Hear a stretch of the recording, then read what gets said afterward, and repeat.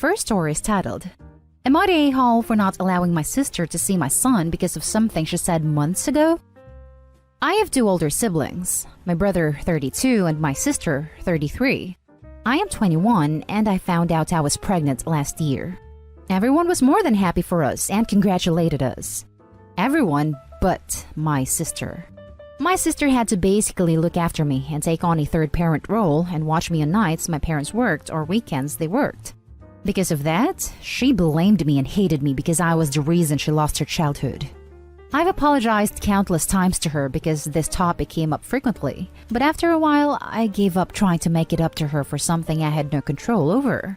Over and over again, I get phone calls out of the blue for reminding me how much I messed her childhood up and had no remorse. By the way, shout out to all of you older siblings who are forced to grow up too soon and look after your little siblings. When I announced my pregnancy, my sister called me and ruined the moment by bringing up how she had to raise me, how she lost her childhood. Then she started talking about my unborn child, saying how I'm having my baby at an early age because I want him to raise his future little siblings like she had too. She continued in how I'd never make a good mom because I didn't grow up like she did. I finally had enough of her and went no contact. My son was born last month and everyone has got any chance to see him on FaceTime. My brother and parents were the only ones to see him in person. My sister got in contact with my brother and told him to tell me when she can see him. I told him to tell her she isn't allowed to see him because of the way she treated me when I was pregnant. I'm assuming she told our parents this because my dad wants me to let her see my baby. He said let bygones be bygones and stop living the past, and my mom agreed. My fiancé is on my side. My brother is more on her side and only thinks she should apologize for what she said about me being a bad mom, which she's refused to apologize for because she insists she did nothing wrong. I'm not too keen on letting her see him still. I feel like I'm being an a-hole by not allowing her to see him. Am I the a-hole? Editing to add, my brother also babysat me. He always said it wasn't as bad as my sister makes it out to be. Also adding, he didn't watch me as much as she did when he started to play sports. I barely remember my childhood days. I just know she stopped looking after me once I was 8 to 9. Now for the top comments. Not a a-hole. Your sister is understandably angry, but her anger is misplaced. She should be angry with your parents. Your parents forced her to give up her childhood to become a third parent to you. The things she has said to you were unacceptable. She should seek therapy and apologize to you. Your parents are on her side because she is blaming you for their abuse. It's your child and your choice who has a relationship with him. You have done nothing wrong. Congrats on your little one. Her anger is misplaced. This, you have pretty much gravelled at her feet for something you couldn't control because your parents probably don't give the same reaction you did. She's tormenting you because she sees you as an easy target. Stay strong and don't let her see your child until she either A, sincerely apologizes, no, I'm sorry you feel that way, or B, gets therapy for her issues. Not a hole. Edit to add, I would probably go low contact with your parents and brother if they keep pushing the issue. Guarantee the first time they watch your child, she will be right over there taking pictures holding them. Not to mention, her sister seems to spend all her free time harassing her for being born. Where are the parents with the whole let bygones be bygones then? Lol. It's clearly not bygones, but not through any fault of OP's. I agree that parentification is abuse as much as anyone, but she's seriously barking up the wrong tree, and her goal seems to be merely bullying OP and making her feel guilty for being born. I don't know what else she hopes to accomplish with all this nonsense. Not a-hole. Your parents say, let bygones be bygones? They should tell that to your sister, not to you. This. Why are they giving free pass for OP's sister when was angry because OP stole her childhood that was years ago? Even though the parents were the one that parentified the sister. But when OP is angry at her sister for what she said, the parents are like, oh OP, you should just be forgiving about. Terrible parenting. Also, the audacity of the sister for saying she did nothing wrong after harassing OP non-stop. Not a-hole, OP. Not a-hole. Let me say it out loud, OP.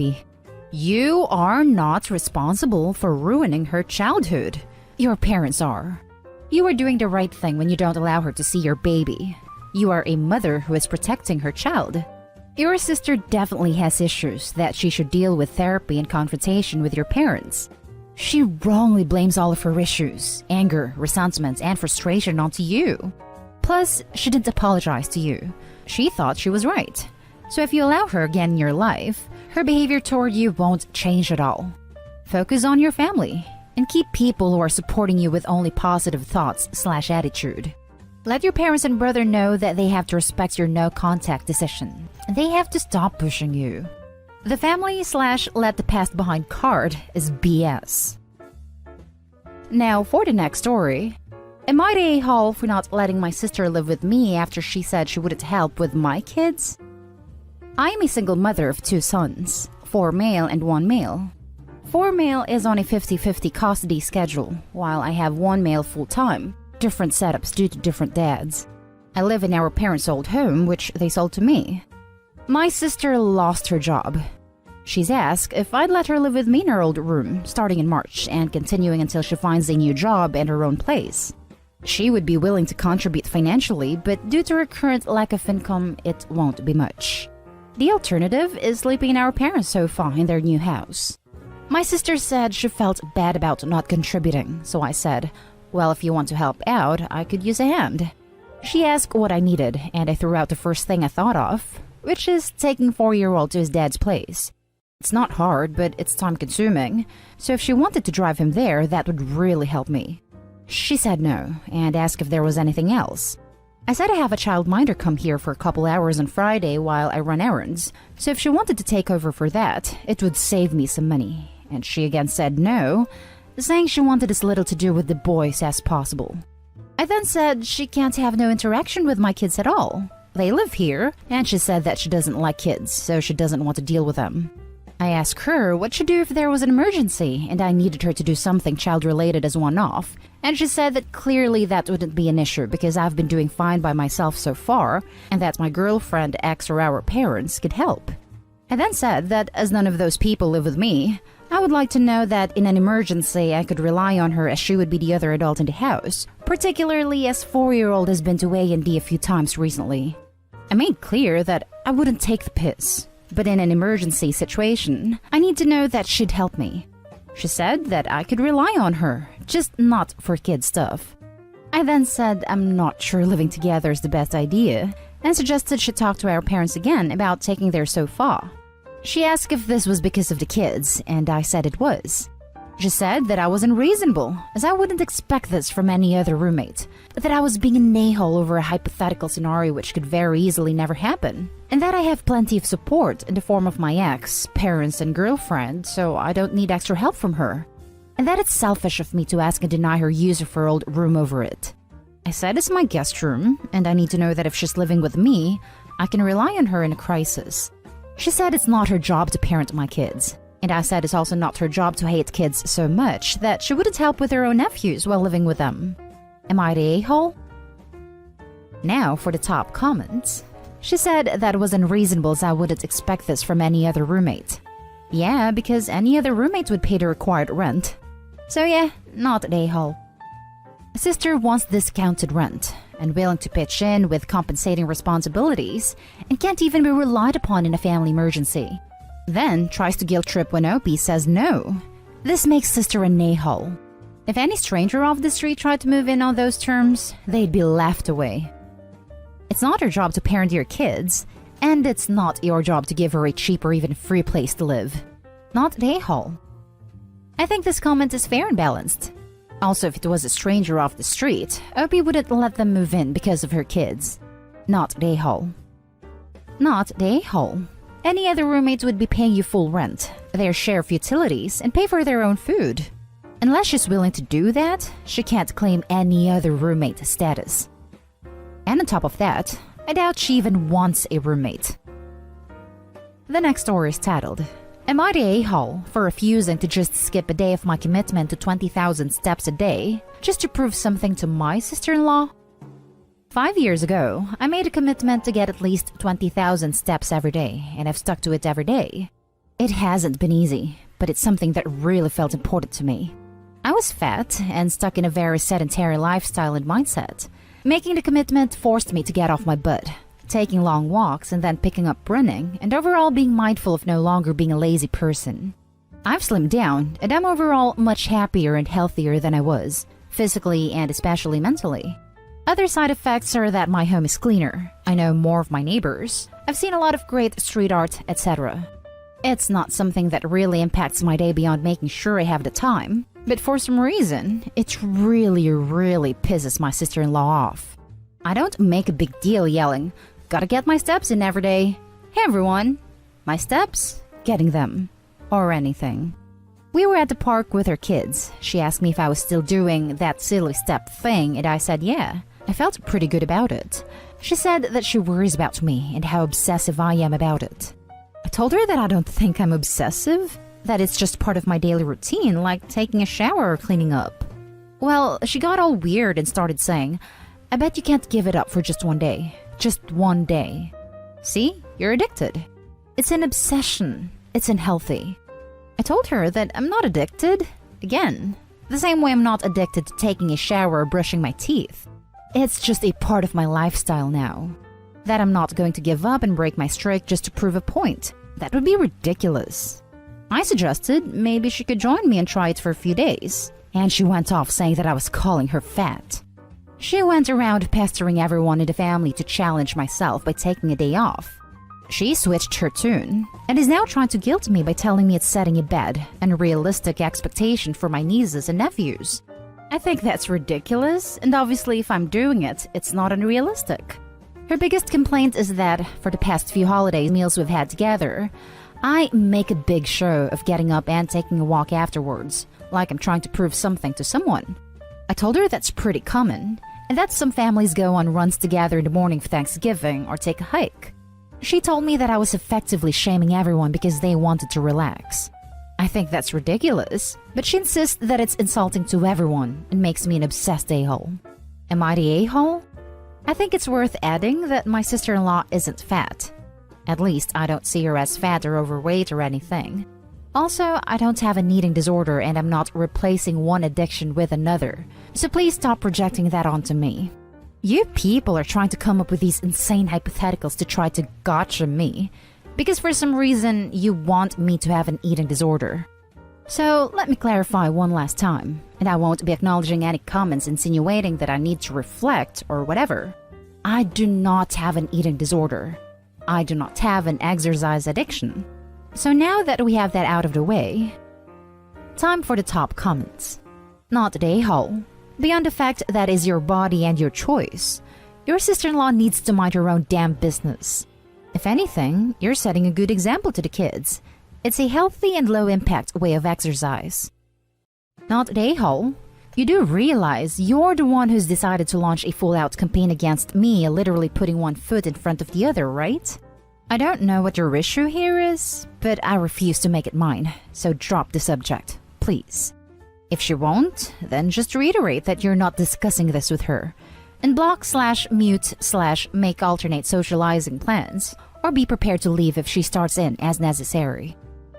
This is 100% about her insecurities, which is why she is accusing you of doing this to judge others, rather than because it is good for you. Not the a-hole. She got all weird and started saying, "I bet you can't give it up for just one day. Just one day. See? You're addicted. It's an obsession. It's unhealthy. Maybe she should go a day without drinking any fluids. I bet she can't give that up for just one day. She's addicted." Now for the last story. Am I the a-hole for not wanting my sister at my wedding? I'm a 20-year-old female from the UK who got engaged a year ago. My husband-to-be is amazing, and his family has also accepted me without any issues. The problem is my family. I grew up as the oldest, with one younger sister. We'll call her Abby. Now, whilst my parents deny it, Abby has always been the favorite. I don't fully know why, but from what I can tell, it's because she is more normal. She doesn't play video games. She doesn't watch anime. She's not nerdy, and she was popular in school. Aside from being the favorite, Abby also has a huge ego and always wants to be the center of attention. For example, my family went for a meal out to a restaurant for my 18th birthday. The whole time, the attention was directed on Abby, whilst I sat there mostly in silence, ignored by my family. Whenever I tried to speak, I was ignored or the topic was quickly redirected to my sister. I don't want the whole spotlight on me, but I at least want to be spoken back to when I'm trying to talk. I just drank a few cocktails and went to bed that night feeling a little hollow. It didn't feel like a celebration, just that I was obligated to be there to listen to Abby ramble on. A year later, I got engaged on the day after my 19th birthday. The next time I visited my parents, they took us out for a meal to celebrate the engagement. No Abby present. This meal was actually very pleasant, and I was hopeful for a better relationship with my parents. However, by the next visit it was back to normal. And by that point my sister was in a relationship, which was short-lived, so the attention was on her and her boyfriend. Every single visit after that has been about my sister, her boyfriend, or her breakup from said boyfriend. Me and my future husband are now planning our wedding. We intend to have the wedding in a few years when I've graduated and the virus has passed, but have begun formulating a guest list, color themes, etc. My sister is already beginning to pose an issue. She expects to be a bridesmaid, but is refusing to accept the dress color I've picked. I also intend on letting the bridesmaids pick their own dresses so long as they're the same color. My sister refuses this also, and expects me to buy her an expensive luxury bridesmaid dress. She's also nitpicked at other things and speaks as if the wedding is for her. I don't want her to come if she's going to cause problems or become the center of attention. This wedding is the only day I want specifically for myself and my partner. However, I know it'd cause an uproar in my family to not allow her to come to the wedding or to not have her as a bridesmaid. I'm not sure what to do. And whilst my partner and his family say it's my choice and not to worry, I still fear the conflict that may arise if I chose not to let her come. Or if I'm being unreasonable and should give her a chance. Am I the a-hole? Now for the top comments. Not the a-hole. Your wedding, your guests, your decisions. If the people ask don't like them, then they have two choices. Accept and come, or don't accept and don't go. It's very simple. I would explain what you want. And if she doesn't want to join in, then explain she wants to be a bridesmaid and can just be a guest and sit with everyone else. Or not come. I'll keep that in mind. Thank you for your response. It's not easy where family is concerned. My wedding was just me, my missus, and two friends. We didn't invite family as they had started to interfere, and it was getting bigger than we wanted. My mother-in-law never said congratulations, and has always been a bit funny about it to me. But my wife enjoyed the wedding, which is the main thing in my opinion.